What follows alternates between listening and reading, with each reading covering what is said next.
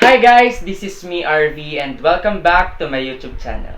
I'ma go get it tonight.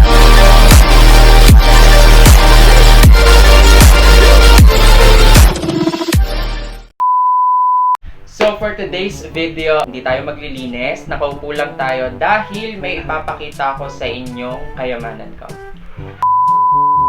So ito yung kayamanan na sinasabi ko sa inyo at ipapakita ko na siya in 3, 2, 1. Tcharan! So ito yung Jonox books ko at isi-share ko sa inyo yung naging journey ko kung paano ko nabili ang mga ito. Let's go! So ito yung first book na nabili ko, Heartless, na first book din na nilaunch ni Jonox sa Empress. Nabili ko siya noong September 9, 2017 sa National Bookstore sa Tanawan. And ang price niya ay 295 pesos. So ang kwento dito, birthday ko siya nung nabili ko siya and nagdadalawang isip pa ako kung bibiliin ko o hindi kasi feeling ko reregaluhan ako ng mga kaklase ko.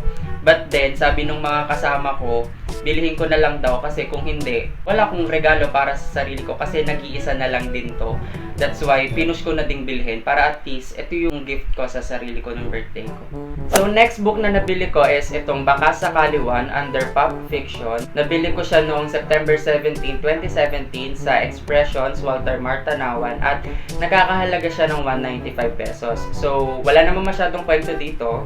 Nag-iisa-isa na lang siya nung nabili ko and binili ko siya despite of not having Baka Sakali 2 and 3 kasi umaasa na lang ako na mahahanap ko sila sa susunod. Luckily, nakahanap na din ako ng Baka Sakali 2 and 3. So, ito, nabili ko noong October 15, 2017 sa SM City Calamba National Bookstore. And ito naman, ito yung wishlist ko nung Christmas party namin nung grade 10. Buti na lang talaga, nabili ko sila para at least nakumpleto na yung Baka Sakali trilogy ko under Pop Fiction.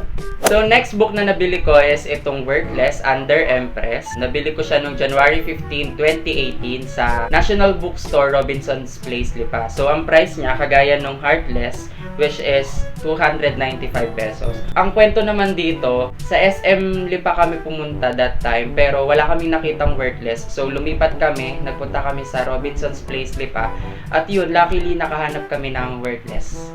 So, next two books na nabili ko ay itong Mapapansin Kaya and Every Beast Needs a Beauty under Pop Fiction. Nabili ko siya noong May 21, 2018 sa one of the closest friends ni Ate J, si Ate Win Eduardo. At nagkakahalaga siya ng I don't know. Magkano yung price nito? So, nagkakahalaga siya ng 522 kasama na yung shipping fee. So, shoutout ulit kay Ate Win. Thank you.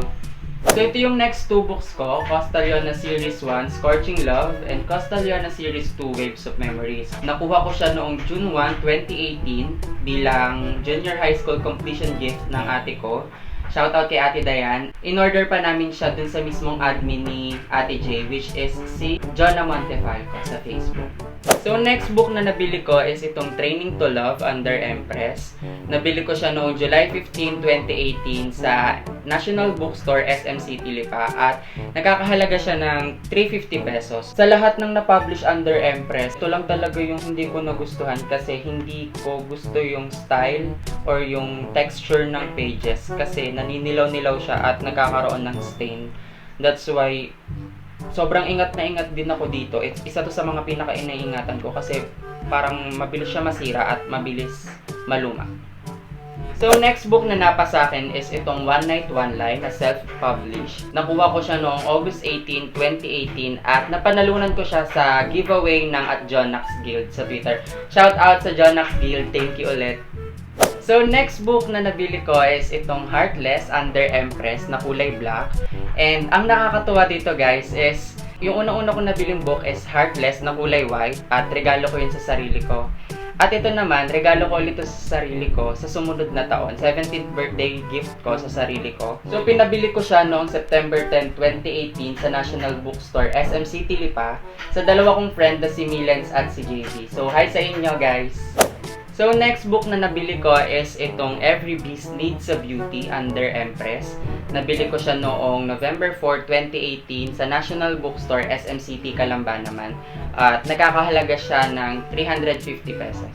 So, next book na nabili ko guys is this. One of the most important books that I have is itong Alegria Boys series. So, noong December 16, 2018, nagpunta kami ng friend kong JSL sa San Juan, Manila para ma-meet namin si Jonax dahil ilalunch niya na tong book na to. Sobrang worth it kasi finally na-meet na namin si Jonax, and aside from that, nakamit din kami ng ibang JSL.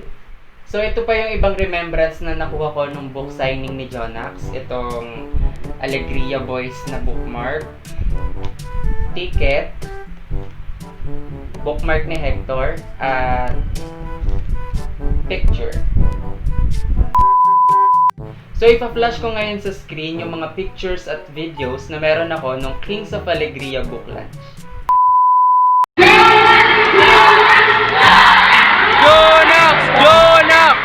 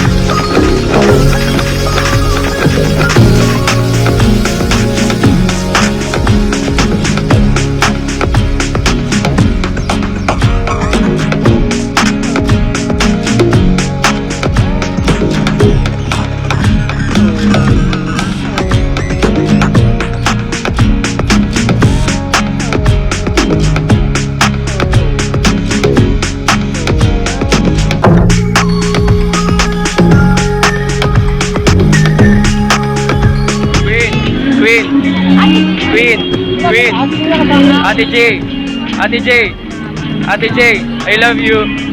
I love you.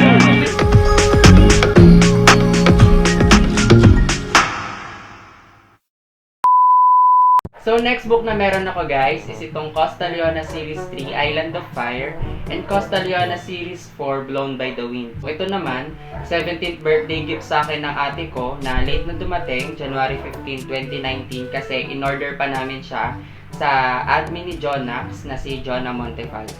Next book is itong Until Trilogy Batch 3. So, nabili ko siya noong November 20, 2019 sa schoolmate kong si Jade Cartena at nagkakahalaga siya ng 1,000 pesos. Mura na kaya binili ko na. Itong Until Trilogy ay isa sa pinaka-favorite kong stories. So lastly, itong book ko na Costa Leona 5, What Lies Beneath the Sand, and Costa Leona 6, Sands of Time.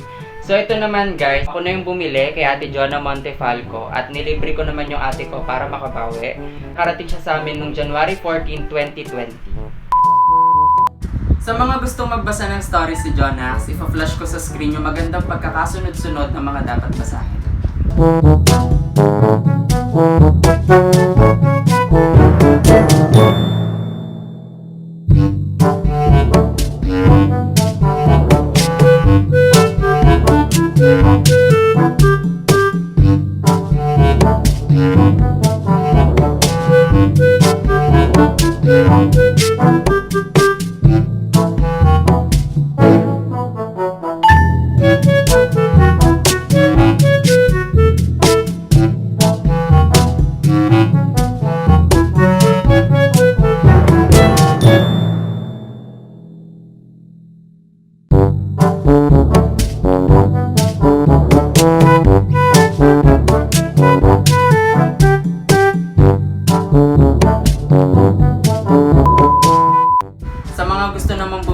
Si Jonax, ipa-flash ko sa screen yung mga legit sellers na nagtitinda ng books niya.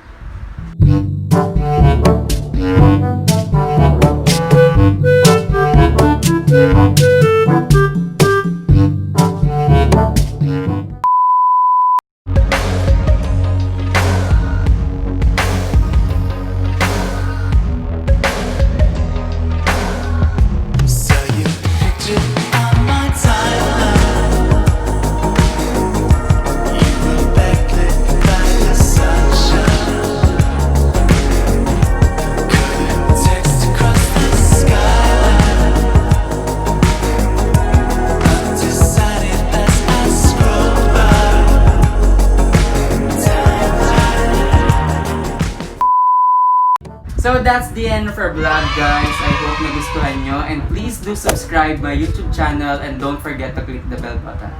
Bye!